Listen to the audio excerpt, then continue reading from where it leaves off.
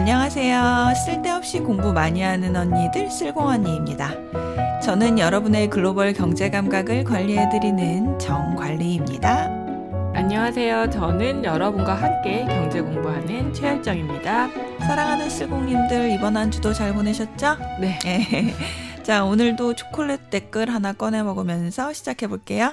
자, 저희가 뭐뭐 합니다 라는 끝에 이 늘리는 말투 맞아요. 이거에 대한 좀 논쟁이 있었잖아요. 그렇죠. 네. 팟빵 아이디 제다이90님. 아이디가 멋있어요. 스타워즈에 나오는 제다이. 네. 예, 이분께서 자, 어떻게 말씀을 해주셨냐면 끝에 늘리는 거 좋아하는 1인이요 라고 댓글을 남겨주셨어요. 좋네요. 예. 아유, 감사합니다. 뭐 약간 마음에 안 드시는 분도 계시지만 이 말투를 또 좋아하시는 분도 계신다. 그렇죠. 예, 이거 좀 힘이 나더라고요. 지지를 해주시는 거잖아요. 예. 어쨌든. 뭐 제다이님의 말씀이라 그런지 그 우주에서 찾아와서 결론을 내주시는. 저는 사실 약간 신경을 쓰고 있거든요.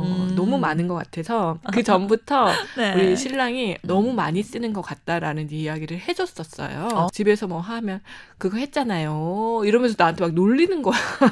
유행어가 됐구나. 네, 우리 집 유행어. 그래서 신경을 쓰고 있었는데 네. 좋아해 주시는 분도 있다고 하니까 네. 조금만 쓰는 걸로 노력하겠습니다. 네. 그리고 역시 팟빵 아이디 포문. 자, 이 포문님께서 자주 좀 댓글을 달아주시는 맞아요. 고마운 분이신데 이분도 또 아이디가 멋지시죠. 가을달. 자, 이분께서 또박또박 천천히 말씀해 주셔서 좋아용이라고 해주셨어요. 네. 아유, 감사합니다. 그러니까. 예, 또 이 한 줄이 얼마나 방송 제작에 큰 힘이 되는지 네. 아마 정작 쓰시는 분은 모르실 거예요. 맞아요. 그죠? 네. 또박또박 말해줘서 고맙다고 하시는 분도 있으니까 네. 혹시나 저희 말이 너무 느리다 네. 싶으신 분은 네. 1.2로 그런 분 계시다고 하더라고요. 아, 그래요? 네. 1.2배속으로 들으시면 사귀지 않을까. 예. 네. 근데 저는 뭐 약간 의도적으로 천천히 말하는 것도 있어요. 맞아요. 왜냐하면 이게 쉬운 내용도 아니고 또 이제 모두가 빨리빨리 이렇게 말하는 세상에서 조금은 쉬엄쉬엄 편하게 공부하시라고. 그쵸. 예, 그 빨리빨리 들으면은 이 도파민은 나올 줄 몰라도 머릿속에 오래 남지 않을 수도 있거든요. 그쵸. 예, 그래서 일부러 좀 천천히 하는 것도 있어요. 그렇지만 뭐 어쨌든 여러분의 의견은 많이 반영하도록 하겠습니다. 네. 자, 뭐 두 분이셨지만 저희의 말투에 지지를 표현해 주신 두 분께 감사를 드리면서 네. 뭐 약간은 좀 마음 편하게 합니다. 채를 네. 약간은 쓸 수 있다는 거 감사합니다. 자, 오늘은 열정 씨께서 또 책을 열심히 또 읽어오셨대요. 한번 네. 같이 들어볼까요? 네. 최근에 이제 경제 뉴스를 챙겨본 분들이라면 네. 비컷이라는 이야기를 많이 들으셨을 건데요. 네. 저도 이제 최근에 본 경제 주간지에서 비컷 이후의 세상이라는 제목의 기사를 본 기억이 나거든요. 도대체 이 비컷이 뭘까요? 아, 비컷이요? 뭐, 비컷이야. 이제 최근 미 연준이 기준금리를 0.5%포인트 인하한 것을 비컷이라고 하죠. 네, 맞아요. 이 미국이 기준금리 인하를 할 것이다 라는 점은 사실 올 초부터 시장이 예상을 하고 있었잖아요. 네. 그런데 그 시작 수준이 0.25%포인트, 그러니까 네. 이제 스몰 컷이 아니라 네. 0.5%포인트 비컷 수준으로 결정되었다는 점에서 시장이 살짝은 놀라는 분위기였거든요. 네. 내릴 줄은 알았지만 이렇게 크게? 그렇죠. 그것도 첫걸음을. 네. 그래서 이렇게 경제에 관심을 가진 사람들이 최근 가장 주목하고 있는 분야 중에 하나가 바로 금리죠. 네. 특히나 이제 미국의 기준금리에 대한 이야기는 네. 어딜 가나 끊이지 않는 것 같아요. 맞아요. 우리 쓸공님들도 이러한 경제 흐름을 놓칠 수가 없잖아요. 네. 그래서 오늘은 금리에 대한 공부를 같이 해보려고 하는데요. 네. 이번에 제가 공부한 책은 이름이 재밌어요. 세상 친절한 금리 수업이라는 제목의 책이에요. 오, 세상 친절하다. 뭐 이런 거. 오. 마음에 들죠? 네, 그러네요.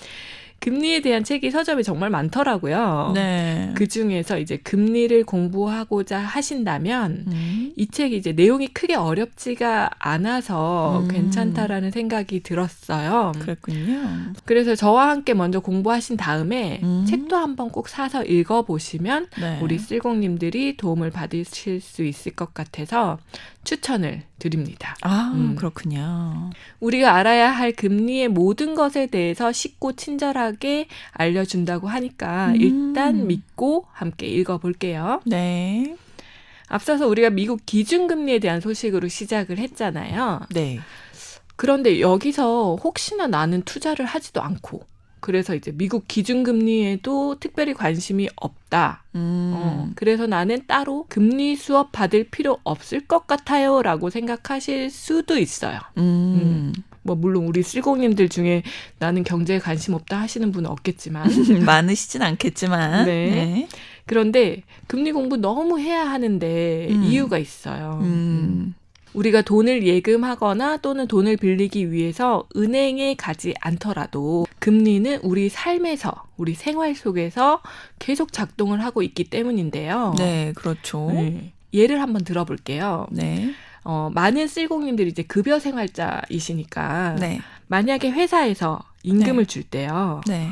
월급으로 드릴까요? 주급으로 드릴까요? 라고 이제 물어본다면 네. 금도끼 줄까 은도끼 줄까 하는 거지.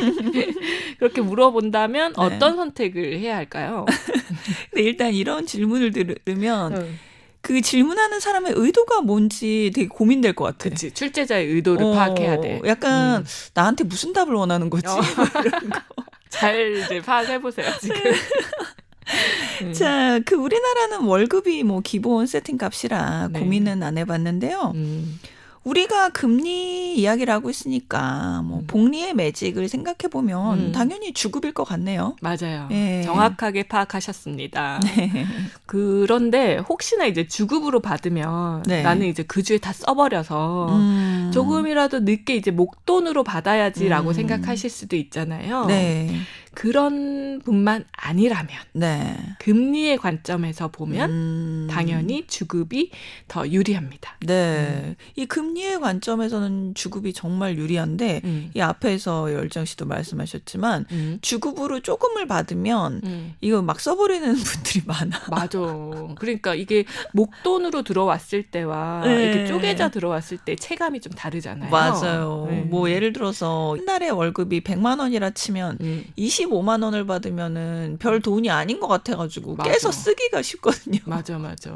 하지만 금리의 관점에서는 다르죠. 그렇죠. 네. 우리는 이제 아주 현실적이라기보다는 이성적으로 돈을 모을 수 있는 사람이라고 생각을 하고. 맞아요. 네. 그렇게 돼야죠. 네. 이 주급으로 받는 것이 네. 일종의 말씀하신 대로 성급을 받는 거잖아요. 네. 이게 먼저 받는다는 건데 그래서 시간 가치를 얻게 되기 때문에 우리는 주급을 선택해야 한다고 하거든요. 이 시간 가치를 좀 쉽게 설명을 드리면 주급으로 미리 받아서 내가 예금으로 넣어두면 네. 그 기간 동안 이자를 얻을 수 있다는 이야기가 되는 거죠. 맞아요. 네. 그래서 요새 파킹 통장 많이 쓰시잖아요. 맞아요. 그죠? 조금이라도 더 높은 이자를 받기 위해서죠. 예. 그러니까 이제 당연히 급여를 받는 모든 분들은 금리 공부가 필요하겠죠. 그리고 우리 쓸공인들의 관심을 조금만 더 끌어모으기 위해서 네. 책에 나온 일상에서 금리가 작동하는 예를 하나만 더 소개해 볼게요. 네. 우리 별다방에 커피 마시러 많이들 가시죠. 네. 언니도 그 선불로 충전해두는 스벅카드 이용하시나요? 예, 저는 뭐 생일이나 뭐 그럴 때 또 종종 맞아. 지인들이 선물을 하시니까 쓰게 되더라고요. 주고받고 하죠. 예.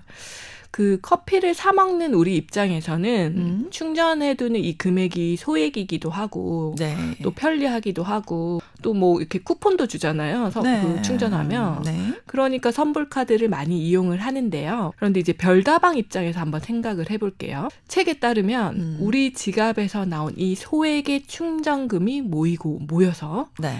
약 3천억 원의 자금을 이 회사가 보유하게 되었다고 하거든요. 미리 받은 거네. 커피가 그쵸. 나가지도 않았는데. 그렇죠. 목돈이 들어온 거잖아요. 어떻게 보면 우리한테는 소액이었지만. 그렇죠. 그래서 이 금액은 웬만한 규모의 저축은행이나 새마을금고 수준의 자산 규모라고 해요. 오, 그렇구나. 이게 금융회사 자산 규모니까 무시할 수 없는 금액이잖아요. 와우. 이 선불카드에 입금된 돈은 당연히 네. 이제 별다방 입장에서는 부채죠. 현수금인데 언젠가는 우리가 커피를 사 먹으면 돌려줘야 되는 금액이니까. 맞아요. 그런데 여기서 중요한 점은 은행이 고객의 예금을 받아서 부채로 인식을 하고 뭐 이 자금을 대출을 해준다거나 네. 아니면 또 다른 방법으로 운용을 해서 수익을 얻듯이 별다방도 이 자금을 투자로 운영할 수 있다는 거예요. 그렇죠. 당연히 그렇겠죠. 돈을 가지고 가만히 놀리진 않을 거예요. 그렇죠. 네. 그럼 당연히 이제 회사 입장에서는 금융 수익이 생기는 거고요. 우리가 커피를 팔아줄 뿐만 아니라 별다방에 투자 자금도 마련해주고 있었네요. 그렇죠. 그러니까 뭐 이렇게 가끔 스타벅스에서 너무 오래 앉아 있을 때는 내가 미안했거든요. 아, 이제 미안해하지 않으셔도 크게 돼요. 안 미안해도 되겠네. 그러네. 일단 5,000원 주고 커피도 사 먹어줬을 뿐더러 이게 이제 금융 수익 자금도 대주셨으니까. 그러네요. 이제 마음의 짐을 덜었어요. 네. 그리고 이제 반대로 우리 입장에서 생각해 보면 만약 우리가 또 선불카드 구매가 아닌 네. 이 금융회사에 이 자금을 맡겼다면 네. 소액이긴 하지만 네. 그래도 이자를 얻을 수 있었을 텐데 아쉽죠. 그렇죠.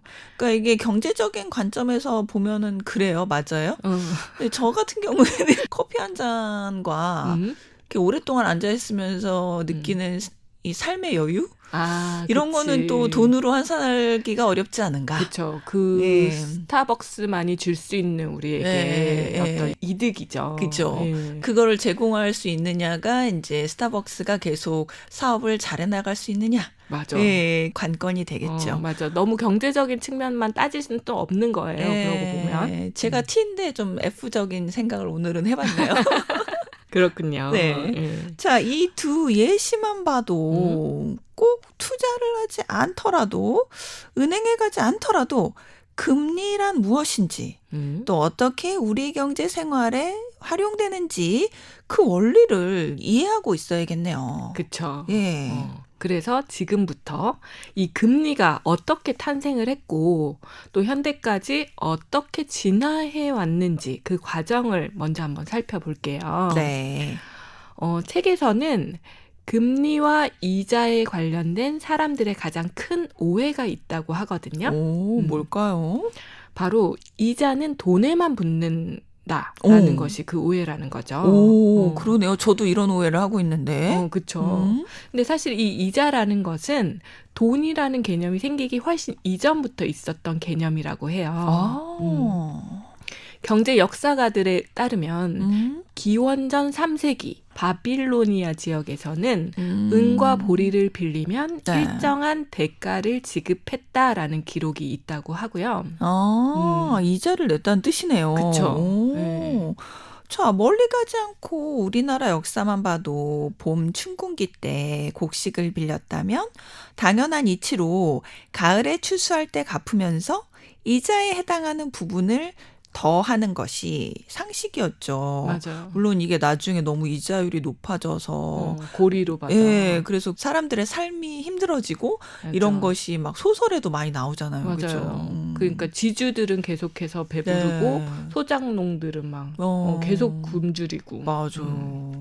그랬는데 이렇게 이제 꼭 돈이 아니더라도 이자라는 것은 현재와 미래라는 시간을 두고 양측이 거래를 하는 과정에서 발생하는 자연적인 산물이라는 거죠. 그렇구나.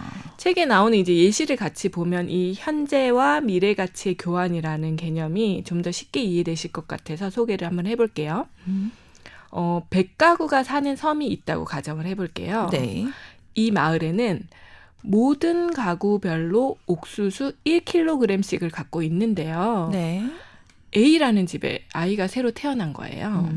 그래서 옥수수가 조금 더 필요하게 된 거죠. 그런데 B라는 사람은 1인 가구인 거예요. 네. 아직 결혼하기 전이야. 미래에 결혼하고 아이를 낳고 하면 그때는 옥수수가 더 필요할 수도 있겠지만 지금 당장은 남는 거잖아요. 네. 그래서 지금 옥수수가 좀 더 필요한 A가 B와 거래를 할 수 있겠죠. A 입장에서는 지금 당장 아이를 먹이고 키우는 게 중요하기 때문에 현재의 옥수수 가치가 미래 가치보다 높죠. 그러네요. 그래서 옥수수가 남는 B에게서 옥수수를 조금 빌리는 거예요. 그런데 B 입장에서는 나중에 A가 이 옥수수를 안 갚으면 어떡하지라는 불안감이 생길 수 있잖아요. 맞아요.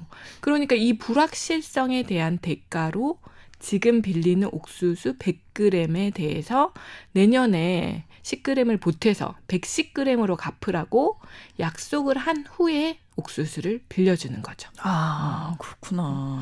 이렇게 A와 같이 미래보다 현재에 더 많은 것을 소비해야 하는 사람들과 B와 같이 현재의 소비를 줄이고 미래의 소비를 늘리려는 사람들이 만나서 거래를 하게 되면 현재와 미래 가치의 교환이 발생을 하는 거고요. 이때 이자라는 개념이 탄생했다고 볼 수 있죠. 맞아요. 이걸 보면은 인류는 다양해야 돼, 사람들이 성격이. 그치. 그러니까 욜로만 있으면 또 안 되고. 맞아. 그렇다고 또 너무 미래만 생각한 사람만 있어도 안 돼. 안 되죠. 하는 게 잘 적당히 섞여 있어야 이런 거래들이 발생을 하잖아요. 그치, 맞아요. 그죠? 교환이라는 개념이 네, 그러네. 사람이 다르기 때문에 발생하는 거긴 맞아요. 해요. 네. 이렇게 아주 오래전에 탄생한 금리는 자본주의 시장이 이제 성장해 나가면서 함께 진화를 하게 되는데요. 네. 자본주의의 발전 과정에서 가장 먼저 나타난 변화 중에 하나가 화폐의 등장이잖아요. 네. 앞에 옥수수로 거래하던 사람들은 여러 가지 이제 생산품을 직접 물물 교환을 하다 보니까 불편함을 느끼게 돼요. 그래서 이제 사회적 합의를 하게 되는데요. 네. 조개 껍질을 가지고 가면 물건을 바꿔주자라고 이제 합의를 한 거죠. 이렇게 이제 화폐가 생겨나면서 이자와 금리의 개념도 조금 업그레이드가 되었다고 하거든요. 네. 이제는 쌀, 고기, 옷 등을 거래하는 이 상품 시장과 조개 껍질, 즉 이제 화폐만을 거래하는 또 다른 시장이 나뉘어서 존재하게 된 거예요. 다시 말해서 이제 전문적으로 조개 껍질만 취급하는 개인이나 조직이 생겨난 거죠. 그리고 이 전문가 조직은 사람들이 조개 껍질을 빌려가는 기간이 다 다르다는 것을 발견하게 되고요. 그래서 조개 껍질을 빌리는 기간에 따라서 시장의 금리를 다르게 매기기 시작하는데요. 결과적으로 여기서 기간에 따른 금리 차이가 발생하게 된 거죠. 아, 그렇군요. 자, 어떻게 보면 이 조개 껍질을 거래하는 시장이 금융시장의 시초였겠네요. 맞아요. 지금은 막 그 맨하탄에 아주 팬시한 그 금융시장이 있는데 네. 그게 다 초반에는 조개 껍질 맞아. 거래하는 시장이었다고 생각하면 약간 웃기더라고요. 맞아. 심지어 네. 근대에도 네. 그랬대잖아요. 그냥 그 거리에 그 월스트리트에 모여서 그냥 나무 아래서 서로 내가 이거 줄 테니까 넌 이거 줄래? 진짜? 그랬대잖아요. 그렇구나. 몰랐네요, 그거는. 재밌죠? 네. 이 화폐의 역할을 하는 물건이 조개 껍질에 머물러 있지만은 않았잖아요. 네. 시간이 가면서 이제 조개 껍질부터 청동을 거쳐서 결국 이제 금으로 통용이 되는데요. 이 금이 화폐로 통용이 되면서 금을 확보하기 위한 경쟁이 또 시작이 되었죠. 그렇군요. 네. 특히나 이 유럽은 더 많은 금을 차지하기 위해서 식민지를 건설하는데 막 혈안이 되잖아요. 맞아요. 콜럼버스도 금을 찾아 떠난 대항해를 하면서 아메리카 대륙을 발견했잖아요. 그렇죠. 이러면서 이제 역사가 또 크게 바뀌지. 그렇죠. 재밌네요. 그런데 이 식민지에서 대규모의 금을 이제 유럽으로 가지고 오니까 어떤 일이 생겼냐면요. 금은 많아졌는데 상품 시장의 상품의 양은 그대로인 거예요. 그러네요. 예전에는 이제 금 1g으로 옥수수 1kg을 샀다면 이제는 유럽 시장에 통용되는 금의 양이 많아져가지고 금 2g을 줘야 옥수수 1kg을 살 수 있게 된 거죠. 네. 다시 말해서 이제 물건값이 올라버린 거예요. 인플레이션이네. 그렇죠. 네. 그럼 이제 여기서 다시 한번 금리를 계산을 해볼게요. 네.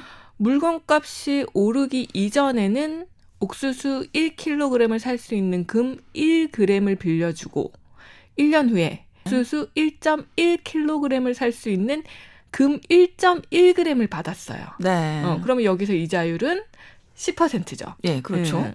그런데 이제 금의 양이 2배가 되었다고 했잖아요. 네. 그래서 옥수수의 값이 올라버린 거예요. 1년 후에 옥수수 1.1kg을 사려니까 금이 1.1g이 아닌 2.2g이 필요하게 된 거죠. 네. 돈을 빌려준 사람은 이제 종전과 같은 구매력을 유지해야 되잖아요. 네. 옥수수 1.1kg은 내가 사야 되는데 네. 이제부터는 금 1g을 빌려가서 1년 뒤에 2.2g을 갚아야 한다라고 하겠죠. 당연히. 네. 네. 그리고 이때 금리는 120%가 되는데요.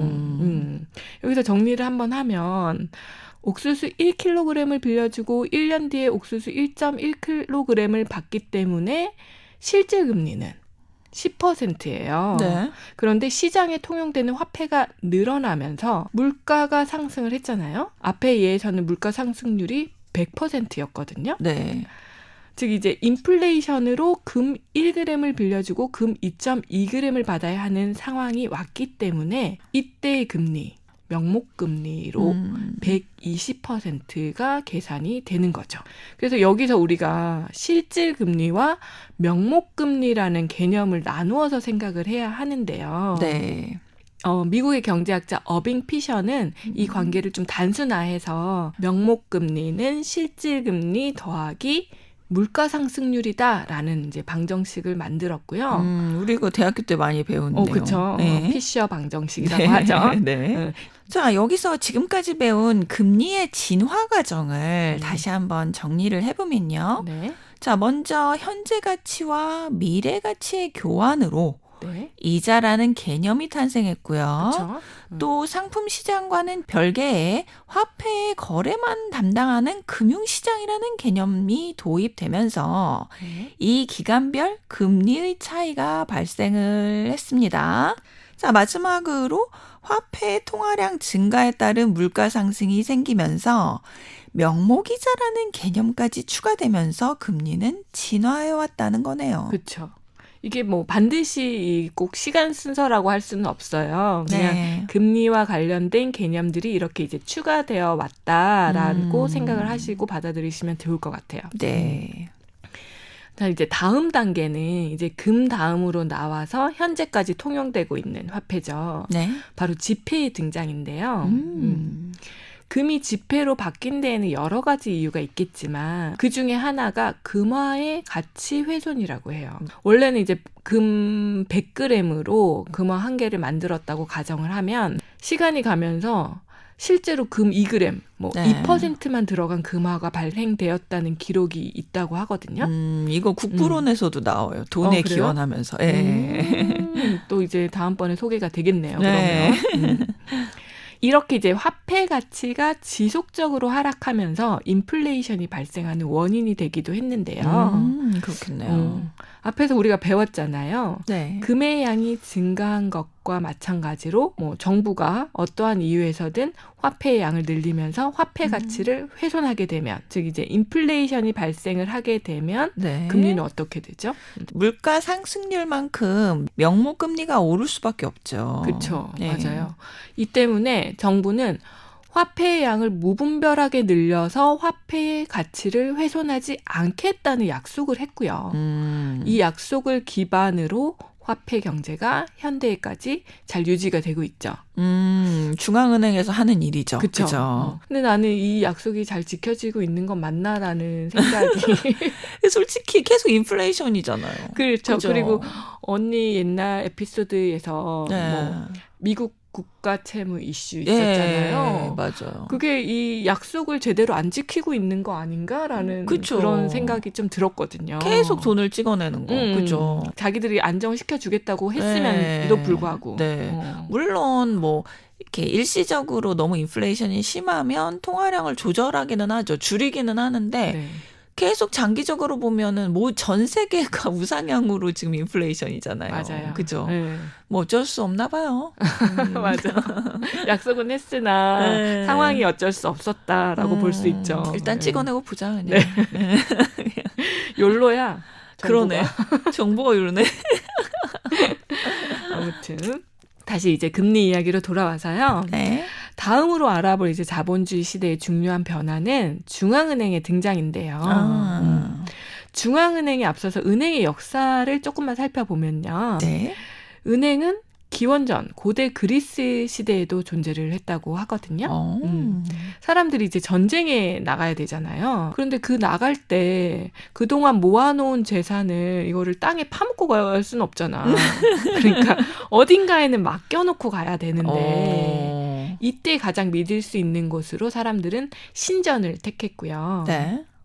이 신전이 은행의 역할을 한 거죠. 오, 재밌다. 그래서 우리 그 은행이 옛날에 약간 신전처럼 생기지 않았었나? 아, 모양이? 맞아요. 저기 한국은행도 약간 그렇게 생겼고, 그쵸. 외국의 그 은행들, 중앙은행들 다 이렇게 무슨 그리스 신전처럼. 맞아. 그러네. 저는 그런 생각을 했는데, 저희 뇌피셜입니다. 이렇게 이제 초기 은행은 재산을 보관하는 곳이었어요. 그런데 이렇게 이제 재산을 보관해주다 보니까 네. 사람들이 돈을 맡기고 나서 한꺼번에 찾아가는 게 아니라 일정한 패턴을 두고 찾아가는 걸 발견하게 된 거죠. 그래서 이 돈을 맡은 이 은행 역할을 하는 사람은 돈을 보관만 하고 있을 게 아니라 네. 이 돈이 필요한 사람들에게 빌려줘야겠다라는 생각을 하게 된 거예요. 이렇게 해서 이제 은행의 주 업무가 예금과 대출로 나뉘게 된 거죠. 그렇죠. 그런데 이제 받은 예금 중에 일부만 떼어놓고 대출을 해주다 보니까 은행 입장에서는 불안하잖아요. 뭐 갑자기 다 같이 와서 예금 달라고 하면 어떡해. 실제로도 이런 일이 발생을 하잖아요. 네, 그런. 그렇죠. 그래서 은행에 문제가 생겼을 때 은행에게 돈을 빌려주는 기관이 있으면 좋겠다고 생각을 했고요. 네. 이게 바로 중앙은행이 생겨난 하나의 배경이 되는 거죠. 그렇군요. 중앙은행이 생겨난 또 다른 배경은 정부의 필요성에 의한 건데요. 예전에 이제 왕실이나 정부는 네. 세금으로 조달할 수 없는 정부 자원을 빌려줄 수 있는 믿을 만한 기관이 필요했던 거죠. 그래서 이제 중앙은행의 설립을 인가해 주게 되는데요. 이거 영국 얘기네요. 그렇죠. 왕권 국가들이 네. 주로 이렇게 있죠. 전쟁에 필요한 돈이 필요하니까. 네. 이렇게 해서 이제 설립된 중앙은행은 왕실 또는 정부와 이제 거래를 하면서 독점적인 발권력까지 부여를 받게 되는데요. 즉, 이 발권력을 가지고 정부의 은행의 은행이라는 역할을 수행하면서 지금의 화폐 경제의 중심에 서게 된 거예요. 이 얘기 들으니까 저번에 우리 블록체인 얘기했었잖아요. 그쵸? 그게 생각나네요. 그 블록체인은 이 시스템을 무너뜨리는 거잖아. 이걸 무너뜨리고 싶어서 나온 거죠. 그러네. 재밌어요. 그 두 개 연결해서 들으시면 또 재밌으실 것 같아요. 그러네요.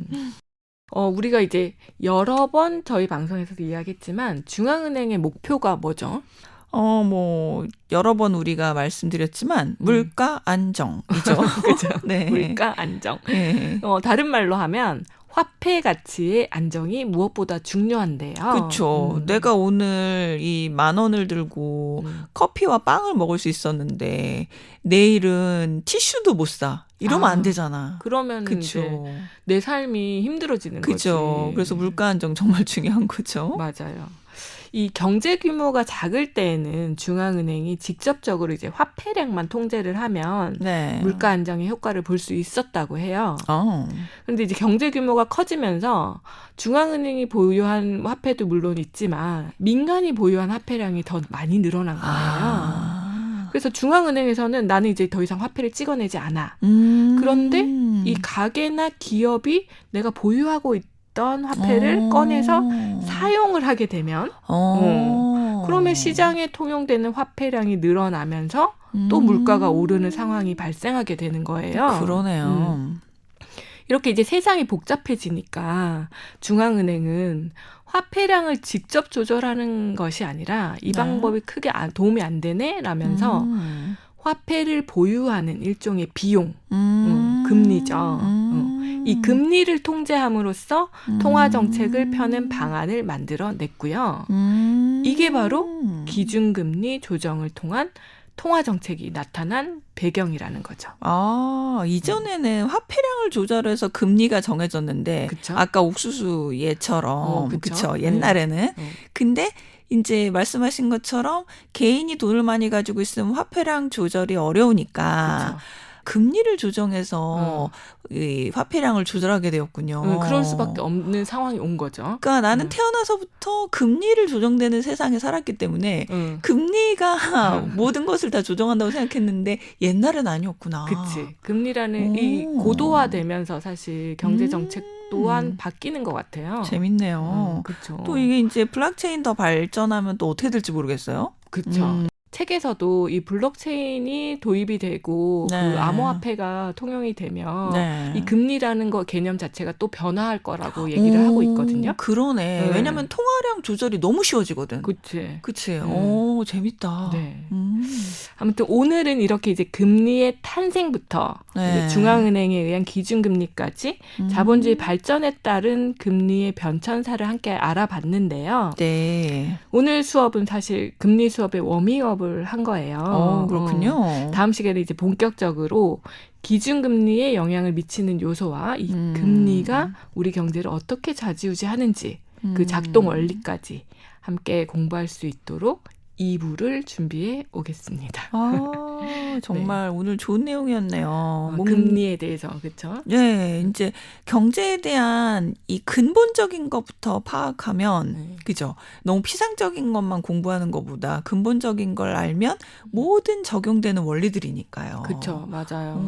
정말 재밌었어요. 다 아는 내용이실 것 같기는 한데 이렇게 한번 정리를 싹 하고 나면 뭔가 맞아요. 더 명확해지는 게 있어서 맞아요. 저는 이런 정리하는 걸 너무 좋아해서. 맞아요. 이런 공부가 정말 필요하긴 해요. 이 두 가지가 다 가야 되죠. 근본적인 것도 알고, 그렇죠? 표면적으로 나오는 것도 다 빨리빨리 캐치를 해야 하고, 그렇죠? 지금 이 세상에 흐르는 그 흐름도 빨리빨리 캐치를 해야 하고. 네, 참 경제 공부 쉽지는 않습니다. 맞아요. 네. 자, 오늘 이 경제에 대한 근본 원리. 금리 알아봤는데요. 우리 슬공님들도 이번 주는 뭔가 더 근본적인 것에 가치를 두시는 그런 한 주가 되셨으면 좋겠네요. 네. 다 같이 슬공합시다.